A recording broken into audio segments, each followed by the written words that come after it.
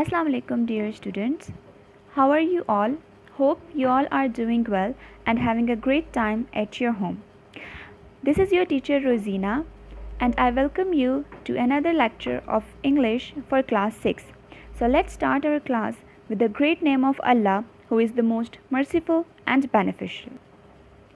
So today we will be discussing the first chapter of Unit 1, that is Where We Live Now. So we will be discussing in this chapter about the emails. If you remember, in our first lecture we have discussed about the letter writing. We discussed how do we write the formal letter and we discussed how do we write an informal letter. Now here we will be discussing that how do we write an email. So there are some of the examples of emails. So we will be discussing those. Number first is, this email is from Sarah to her friend Riba, and the subject she says is that greetings from London. Now what does it mean? What does the subject mean here is that the subject shows that for what purpose this email has been written. So it means that the person Sarah who is writing this email to Riba, she will be discussing about some of the important things of London. So starting, hello, this is when we write an email, so we start just directly we start directly by the body of the email. So we start with the greetings, so we say hello. Then she has discussed about some of the places that are in London. She discussed about the Big Ben, that is one of the famous clock on the Houses of Parliament in the capital city of London. Now as we all know that London is the capital city, is the capital of England, of the UK, United Kingdom. So there are the Parliament Houses and the Houses of Parliament, and on that building or in that Houses of Parliament there is a very famous clock, and that we call is Big Ben. London is famous for its red double-decker buses. Now what are the double-decker buses? They are the double buses, like there are the two portions of that buses. The one is like the simple buses as we have.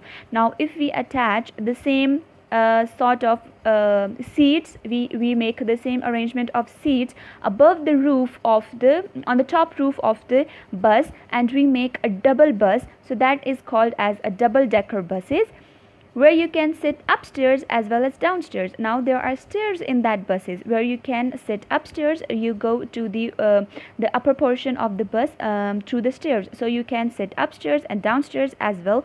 And it is also famous for its black taxis. Now she is talking about the population of the London, and she says is that there are about 10 million people who live in London. Then she talks about the culture. Now there is in that city of London or in England, we see that people from all around the world, they come and they live in the London. People from Pakistan, people from India, people from many other countries, they come, they go there and they live in the London. So that country is multicultural. That city is multicultural city. Why it is multicultural city? Because people from all over the world, from every corner of the world, they come and they live there. You can buy buy and eat food from all over the world in our markets and restaurants. Now in the London, there are Pakistani restaurants, there are Indian restaurants, there will be Chinese restaurants, there will be all sort of food available in that city. And why is that? It is because people from all over the world, they go and they live there. So every person, so every country has its own food. Like Pakistanis, they have a different kind of food they eat. Chinese, they eat different kind of food. So in the London, there is the variety of food, because people from all over the world, they come and they they go and they live there. And so definitely food is very important for a person's survival. You cannot live without food, so they have a different kind of food, and it is available in markets and restaurants. We often have pop concerts with thousands of people in the audience, and the city has many theaters and cinemas. Now they have the concerts. I hope you all know what the concerts are. They have the pop music there in the concerts, and they have thousands of people in the audience. In the concert, what happens is that there is the music, a person or the singers. They go there and they do the performance, and there are a lot, thousands and thousands of people who come and see or attend the concert. And the city has many theaters and cinemas. In the theaters you see there is the stage dramas, and in the cinemas you can see the movies. So in that city, there they have the concerts, they have the theaters and cinemas to watch the dramas and movies. So the they have theaters and cinemas for the entertainment as well. London has world famous art galleries and museums. In art galleries and museums, I hope you all know what the museums are, in that you place the historical things. In Pakistan we have the museum in Islamabad, and you can see that there we have display. There they have displayed all the types of cultures, the Pakistani all sort of cultures they have displayed. There are a lot of other things that is associated with the Pakistan. So in the museums you see that they put the historical or the very important things. And the art galleries, there they have the pieces of art. Then she says is that, and many historical monuments. Now what are the monuments? Monuments, we say they are the last reminder of someone or something great.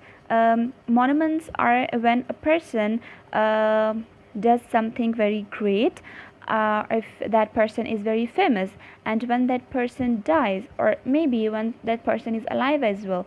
So for his achievements, people build a building or a monument, and that is just to keep reminding the people who come after that person, or to remind the next generation that there was a person who was very famous and who had very great abilities and who did very great jobs. So they make the monuments. As in Pakistan, in Islamabad, if you see that we have a monument, and that monument, in that monument you can see that there are the pictures of all the great people who worked very hard for the making of Pakistan. So that reminds us that how Pakistan was made, and what people, who were those people who sacrificed, who made sacrifices to make an independent state. So you see that there is a museum as well in that monument, and in that museum we see that there are the statues or of the of our great leaders and of all those people who made sacrifices in the 1947, in the era of 1947. So that monument, it gives us the information, and it reminds us, and it reminds the people who come after that time, and they know that what has been done, how did the Pakistan came into being. So the same is case with the other monuments, that the monuments are being made so that people who come after that generation, they should be reminded, and they should be told that how great that person was. So there are many historical monuments. One of the examples she gave is about the Nelson's column in Trafalgar Square. First of all, I will tell you what a square is.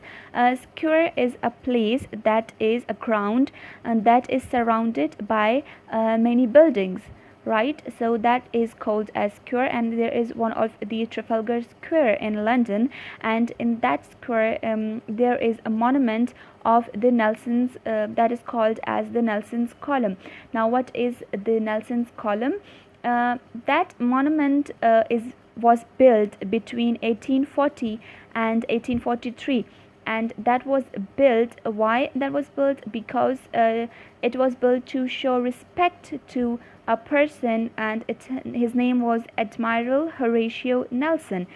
Admiral Horatio Nelson was a person who fought in the Battle of Trafalgar at that time, And after his death, they made the monument of Admiral Horatio Nelson to respect and to give tribute to his contribution and to his sacrifices and to his bravery that he has shown in the Battle of Trafalgar. Then she talks about the River Thames. River Thames is one of the most famous river in London, with its many historical bridges. Now that River Thames has many historical bridges as well, and winding means spreading through the city, and that those bridges are winding and they are spreading through the whole city, because River Thames is very famous and it is very big. And we have beautiful green parks and gardens where we can relax beside a lake or a pond. Now she is talking about the parks and the gardens, and she says is that a person can relax in that garden. And then she talks about the variety of trees, astounding varieties of trees. Astounding means amazing or astonishing. And so she talks about the varieties of trees that are in London's green spaces. All the green spaces in London, so there is very greenery in London, and in all the green spaces of the London, there are very amazing and very astounding and very astonishing variety of trees which blossom. Blossom means bloom, or which grows in the spring and turn gold and red in the autumn. Blossom means, if you see, as we are going through the spring season nowadays, so you can see that the flowers, they are growing, and the trees, they are becoming green again, and they are sprouting, they are giving they are having those small little green leaves. So blossom means when the tree or some plant, they bloom, they grow. So in the green spaces, the trees, they blossom in the spring and turn gold and red in the autumn, if you notice that. So in autumn, the trees, they become gold and red, and the leaves, they all then shatter in the autumn. So this was all about the London that Sarah told to Riba in her email. The next email is, this email is written by Igor person, and he has written this email to his friend Hassan. The subject is greetings from Moscow, Russia. Now this person is giving the greetings and telling that person and telling his friend about the Russia, and in Russia he is telling about the city of Moscow. So Privyet. Privyet is the greeting that is used in Moscow for hello, right? So then he says is that here in Moscow we have beautiful ancient churches and cathedrals. What are cathedrals? I hope you all know what the churches are. As we Muslims have mosques, the Christians, they have churches and the cathedrals. Cathedral is also a church, but it is a bit different from other churches, because cathedral, it has a seat for a bishop. What is a bishop? Bishop is a person, like we have Maulvi, the Muslim scholars, we have Maulvi. So cathedrals, they have the father, and they have the bishop. So bishop is someone who is having the authority, right? So, and cathedral is one of the church that we call is, it is the central of it is a central church. It is one of the most important church where all the important ceremonies and where all the important events are held, right? So that is known as the cathedral. So in Moscow there are beautiful ancient means old churches and cathedrals, as well as the famous fortress. Fortress is also, we can say that, if you say what is a fortress, in Urdu we say fortress is a killa, it is a castle, right? So in Moscow, in Russia, there is one of the most famous fortress of the Kremlin. Kremlin fortress is a killa, is a castle, right? And the fortress of the Kremlin, it was built in the Middle Age, when there were the wars going on in all over the world. So to protect the city of Moscow, this fortress was built. It had it has a very large walls that cover the whole city, and it protects the city from the outer world, right? So in order to protect the city, to defend the city during the Middle Ages, it was built around the big cities, around all the other cities, and it has a very huge, big, great wall, and it that wall separates it from the other parts of a city, right? So that was some of the information about the fortress of the Kremlin. Then he says is that the churches have brilliant golden domes. What is the domes? Domes are the gumbad.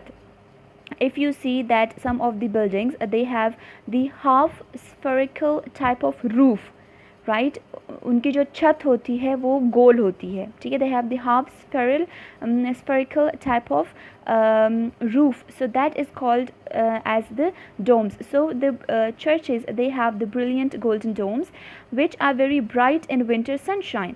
So in winter sunshine, in winters, when the sunshine, when the sun rays, they fall on that domes, they shine, they are very bright in the winter. In Red Square, again, this is the place, and square, I have told you, is a place that is surrounded by the large buildings.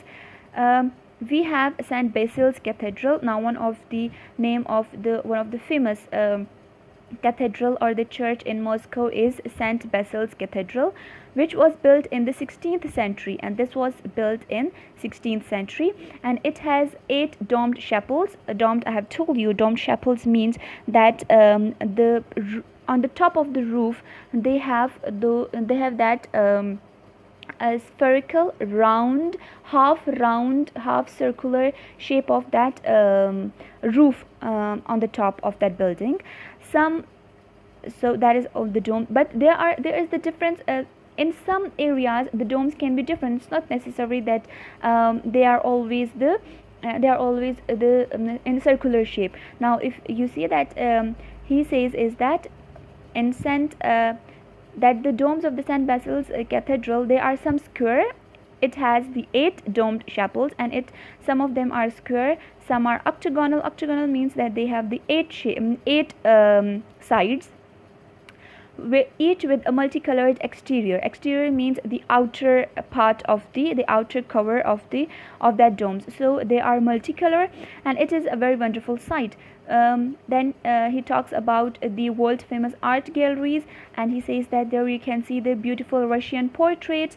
I hope you know what the portraits are. When we portray, when we draw, or when we sketch a person, that is called as the portrait. So the very beautiful Russian portraits, the famous people portraits, and the landscapes mean when you paint the nature, the beauty, or the land, natural beauty, or the land, right? The trees, the mountains, and the clouds, all those, that is called as the landscape, with their characteristic birch trees. Birch is a kind of a tree that has a very thin leaves and it has a thin trunk, thin branches, and a very thin leaf. So that is one of the type of a birch tree which is found very much found in the Moscow city, right? So he talks about first he talks about the churches, cathedrals, then he talks about the fortresses, and then about the art galleries where you can find the portraits and the landscapes.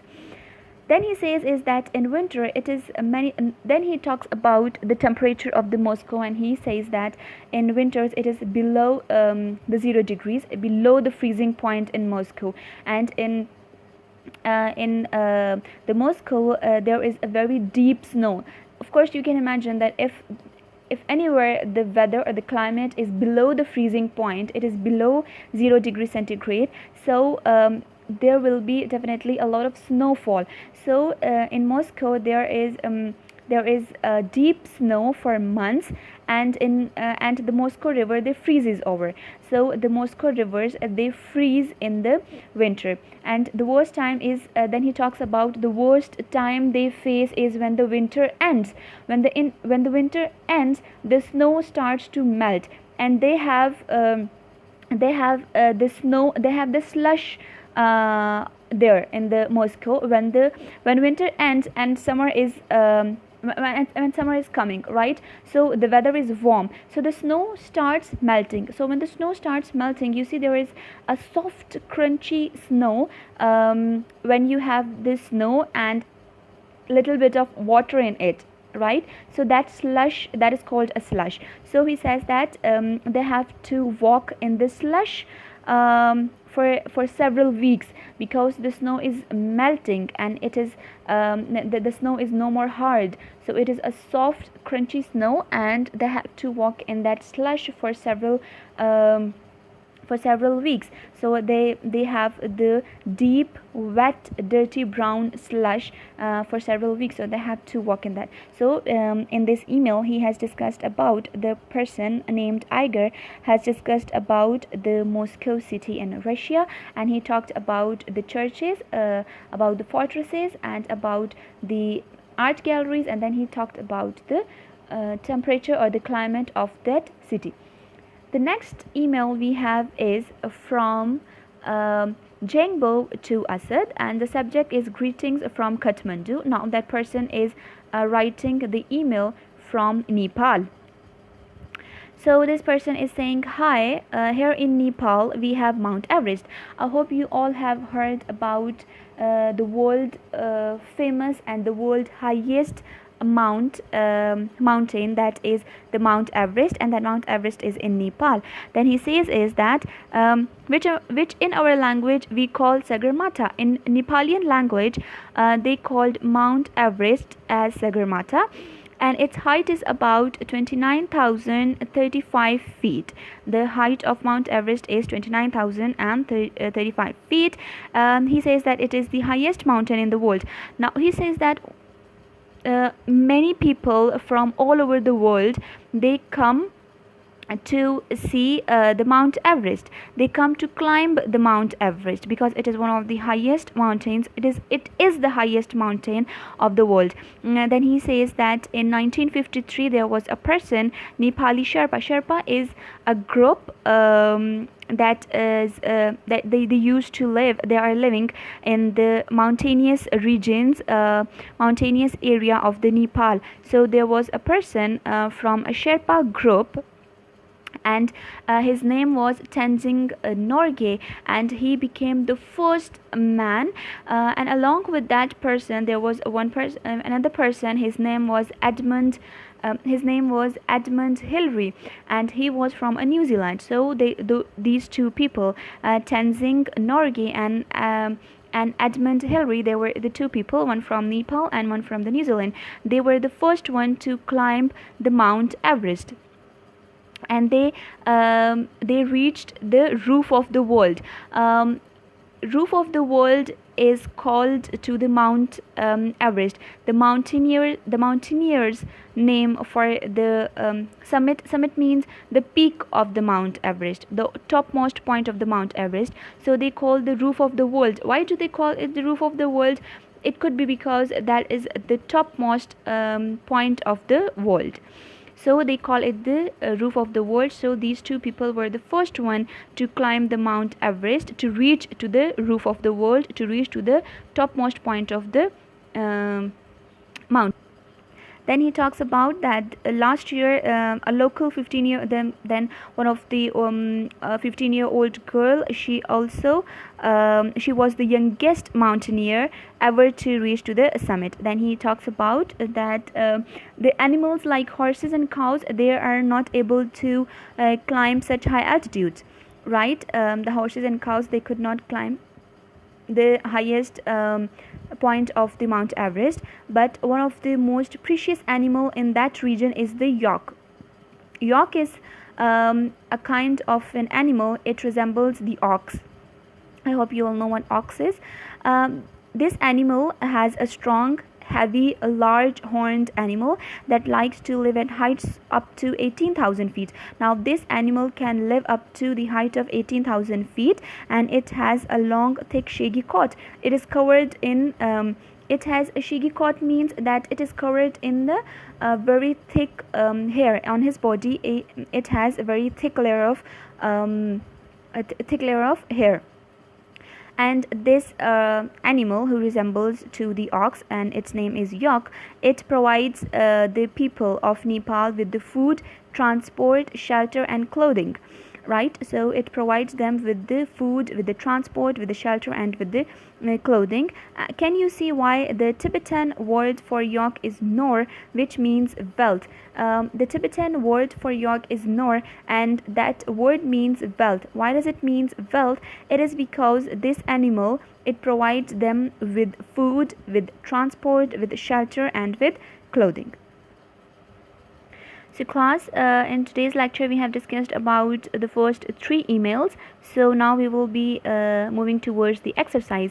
So your task for today is that you have to attempt a few of the questions from vocabulary and a few of from the reading for understanding. So the first one is that in the email from London, which verb means the same as bloom? We have discussed that the word blossom, it means it resembles the word bloom. So you have to write down these vocabulary answers in your neat notebook. Number 2 is, what have you learned about the population of London? We have learned that they are about the 10 million people who are living in the London. Then we have discussed which adjective means amazing. The adjective astounding means amazing. Number 4 is, what is special about the London parks and gardens? We have discussed that in London parks and gardens, the people they go there and they relax in the shades of the trees. So you have to write down the answers of the first 3 vocabulary first 3 questions in the vocabulary portion in your neat notebooks. Then moving towards the next reading for understanding, you have to answer these questions and you have to write down the answers in your neat notebooks. Number 1 is, which 2 aspects of London described by Sarah do you think sound the most attractive, and give your reasons. So Sarah has discussed about the museums, the art galleries, about the gardens, about the parks. She has discussed about the buildings like Big Ben, and she has discussed about the taxis and the double-decker buses. So you have to write about any of the 2 aspects of London which you think are the most attractive to you. What was attractive in that? You have to give a reason that why do you think the 2 aspects of the London are very attractive to you. So you can write any of the 2 aspects of the London and you have to give the reasons for that why do you think those 2 aspects were the attractive. Question number 2 is, how does the climate of Moscow compare with the climate where you live? We have discussed that the climate of the Moscow, the temperature there is below 0 degrees. It is below the freezing point, and it is all the time. There is in the winters it is very hard for them because the Moscow city is in deep snow. So you have to come, and when the winter ends, they have to walk in the wet, deep brown, dusty colored slush. So there is the difficulty for them is when the winter ends and the summer is on its way. So you have to write about the how does the climate of Moscow is different from the climate of the area where we are living. So you have to compare the climate of Moscow with the climate of your own city. So your task for today is only that you have to write down the 3 answers of these first 3 questions from the vocabulary portion, and you have to write the answers of the first 3 questions from the reading for understanding, and you have to write down these answers in your neat notebooks. And one of the other tasks for you is that you have to read the first 3 emails in your textbooks on page number 2 and page number 3. So this was all for today. take great care of yourselves, because we are in a very difficult times, and we hope and we pray that this time ends soon. Inshallah, we will be continuing our this chapter in the next lecture. Take care of yourselves. Allah Hafiz.